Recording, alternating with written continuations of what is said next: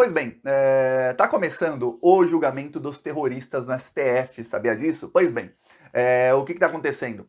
Mais de 1.500 terroristas foram presos, centenas já foram denunciados pela Procuradoria-Geral da República, e aí o STF começou o julgamento dos primeiros 100 terroristas, o julgamento começou da seguinte maneira: os advogados desses terroristas estão dizendo que as denúncias são muito genéricas, que as decisões do Alexandre de Moraes do STF são muito genéricas e que esse caso tem que ir para a primeira instância porque eles não têm foro privilegiado. Tá.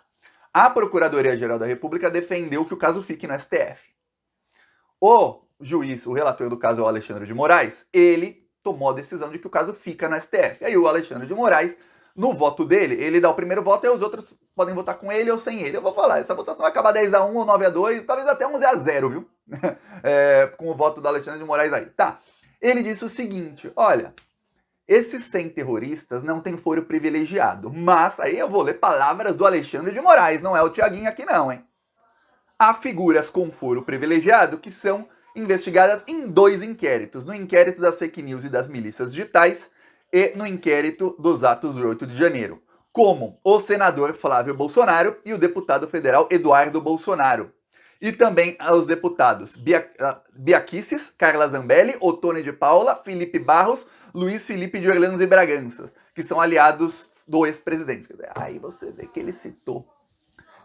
Ele ficou várias páginas ali citando o fato de que o inquérito das fake news e o inquérito das milícias digitais, eles têm correlação com o inquérito dos atos terroristas. Esses inquéritos se cruzam. Por quê? Porque foram as fake news, estão sendo investigadas no inquérito, e as milícias digitais, que estão sendo investigadas em outro inquérito, quem incentivaram e quem convenceram os terroristas a cometerem os atos terroristas. Então, o Alexandre de Moraes cita: olha, só que os responsáveis, eles têm foro privilegiado. Então como é que você vai julgar na primeira instância parte da quadrilha e parte da quadrilha tem foro privilegiado e vai acabar sendo julgada na STF? Não faz sentido. Então, se os principais responsáveis, aí ele citou esse nome, têm foro privilegiado, então todos têm de ser julgados na STF, porque é um caso só. Não são casos diferentes, né? Que esses terroristas cometeram ato e aí, em outro caso, aí essas pessoas com foro privilegiado cometeram outro ato. Não.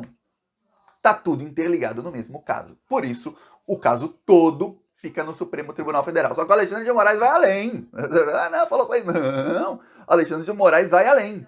Aí ele ainda fala que quem incitou o ataque às instituições foram deputados André Fernandes, do PL do Ceará, Clarice Atércio, do Partido Progressista de Pernambuco, Silva Vaiamp, essa já perdeu o mandato, né? Do PL do Amapá, ainda não perdeu, tá para perder. Coronel Fernanda, que é do Mato Grosso, e Cabo Gilberto Silva, da Paraíba. Pois bem, ele cita esses aí como incentivadores dos atos. Quer dizer, tem um monte de gente com foro privilegiado que estava na organização e outros com foro privilegiado que estavam ali incentivando. São os que estavam jogando gasolina na fogueira. Então não tem como separar o caso, desmantelar o caso e mandar uns para a primeira instância e outros não. Aí todo mundo ser julgado no STF. Eu vou falar, a situação desses terroristas está muito difícil. Muitos deles ainda estão presos. Quase metade deles ainda está preso. Quem não está preso está com tornozeleira eletrônica. E assim que tiver o julgamento, eles voltam para a jaula. E aí o que está acontecendo é o seguinte: o caso vai ser mantido no STF. Então o julgamento desses 100 primeiros terroristas está indo por blocos, né? Que a PGR ainda não apresentou a denúncia de todos os mais de 1.500. Está indo por bloco. O julgamento desses 100 primeiros vai ocorrer no STF. Eu vou falar, vai ser rápido. Não um julgamento que vai demorar 2, 3, 4, 5, 10 anos, não. Vai demorar aí questão de meses. Então, até o fim do ano que está se desenhando aí, é que esse pessoal todo volte para a jaula. Quem já foi solto vai voltar para a jaula aí com uma condenação em definitivo. Pelo que está sendo aí veiculado, eu estava somando de novo as penas desses 100 aí. Olha, deu a mesma soma que os advogados estavam falando, os advogados literalmente, esse não é advogado de porta de cadeia não, era advogado de dentro da cadeia, os advogados que entraram lá na Polícia Federal quando os terroristas estavam presos, lembra disso? 9 e 10? Eu cheguei a mostrar um vídeo aqui no Plantão Brasil, dia 10 de janeiro, em que eu mostrava um advogado explicando lá para os idosos, para as idosas terroristas estavam lá: olha, você vai pegar 54 anos de prisão. E aí eles chorando assim, o pessoal, todo mundo chorando. 54 anos de prisão. se forem condenados à pena máxima. Alguns vão pegar a pena máxima? Provavelmente. Talvez em todos os crimes, acho que não, mas alguns devem pegar. Outros não vão pegar a pena máxima? Não. Alguém vai ser absolvido? Eu duvido. Eu duvido muito que alguém seja absolvido de todos os crimes. Vai acabar todo mundo preso. E o pior para eles, o julgamento é direto no STF. Não tem para onde recorrer, já transitou em julgado, acabou. São crimes violentos, abolição violenta do Estado Democrático de Direito. Então, mesmo numa condenação em primeira instância, quem for condenado já ia direto para a jaula, não tem essa de recorrer, segunda, terceira, o cara só vai preso daqui muitos anos, não. Como é um crime que envolve violência, é um crime que já na primeira condenação a pessoa já começa a cumprir a pena. Tá, só que esse pessoal, eles queriam ser julgados nos seus estados. Tem muito milionário, gente realmente milionária e influente no meio desses terroristas aí. E o que eles queriam? Ah, imagina o cara lá é milionário, eu vou dar um exemplo, do Paraná, um exemplo que aconteceu na Lava Jato. Ele vai lá e fala, ó, Sérgio Moro aí também, tentando de tudo. Quero ser julgado na Justiça do Paraná. Que aí, quem sabe o juiz não é meu amigo, não sou amigo do advogado, ainda mais você vendo que alguns são milionários ali desses terroristas aí, para ver se o cara usa a influência. Aí imagina um cara lá do Acre, fala, eu quero ser julgado aqui no Acre, vai que eu conheço alguém aqui. O cara lá da Bahia, ele quer ser julgado na Bahia, porque vai que ele tem alguma influência lá no estado dele que não tem no STF. Que no STF que está se desenhando aí, até se você vê decisões passadas no âmbito desses inquéritos, o que está se desenhando é um 10-1 ou um 9-2 pela condenação de todos eles. E o que está se desenhando é que o Alexandre de Moraes e o STF impõem apenas duras para esse pessoal, mas realmente duras. Coisa que na primeira instância não ia acontecer, porque imagina você ter 1000 processos diferentes na primeira instância, caindo com 1000 juízes, muito juiz ia acabar absolvendo, aí é para a segunda instância, aí se o juiz de primeira instância é sacana mesmo, se é um bolsominion mesmo, sabe o que ele faz? Ele pode tirar as provas do processo.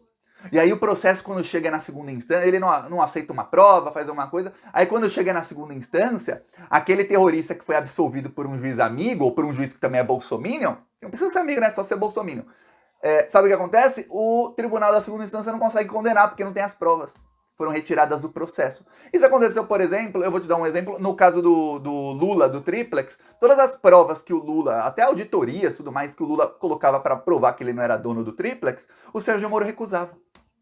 Então, mesmo se você falasse, nossa, se os juízes de segunda instância fossem juízes ilibados, eles iam ter que condenar, porque tudo que o Lula colocava para se defender era retirado do processo pelo juiz da primeira instância. E você não pode adicionar fatos novos na segunda instância, sabia disso? Então, esse é um dos motivos pelos quais o Alexandre de Moraes não é tonto. Ele não nasceu ontem, ele fala, não vou deixar mais de 1000 terroristas serem julgados nos seus estados. Todo mundo aqui. Eu vou te falar o seguinte... isso aí do Alexandre de Moraes não foi muito publicizado, ou seja, não teve muita publicidade disso, mas saiu uma matéria no blog do Sakamoto no UOL. Aí eu fiz um tweet, olha, os bolsonaristas estão apavorados, porque chegou neles, eles me seguem todos esses bolsominions aí. Aliás, qualquer coisa que eu coloco no Twitter aparece 300 comentários de bolsominion me xingando. Os caras estão, obrigado pelo engajamento aí, viu, bolsominions? Querem vir xingar aqui no YouTube, nas outras vezes, xinguem que aumenta o engajamento, aumenta o alcance, viu? Uma vez uns bolsominions fizeram uma campanha para dar dislike, discutir um vídeo meu. O vídeo tinha 50 mil visualizações. Quando eu fui ver, o vídeo tava com quase 500 mil, um vídeo de uns 3 anos atrás. Aí quase tudo não conta no YouTube o número de dislike, só conta o número de like. Aí eu fui ver, 99% era dislike, isso tinha muito. Só que eles deram uma baita de uma audiência pro Plantão Brasil e aumentaram a audiência. O YouTube começa a ver, começa a mostrar o vídeo para mais gente, dá o dislike, não mudou em nada. Peço aí sua inscrição no canal, assim a gente pode comemorar junto mais tarde. Falou!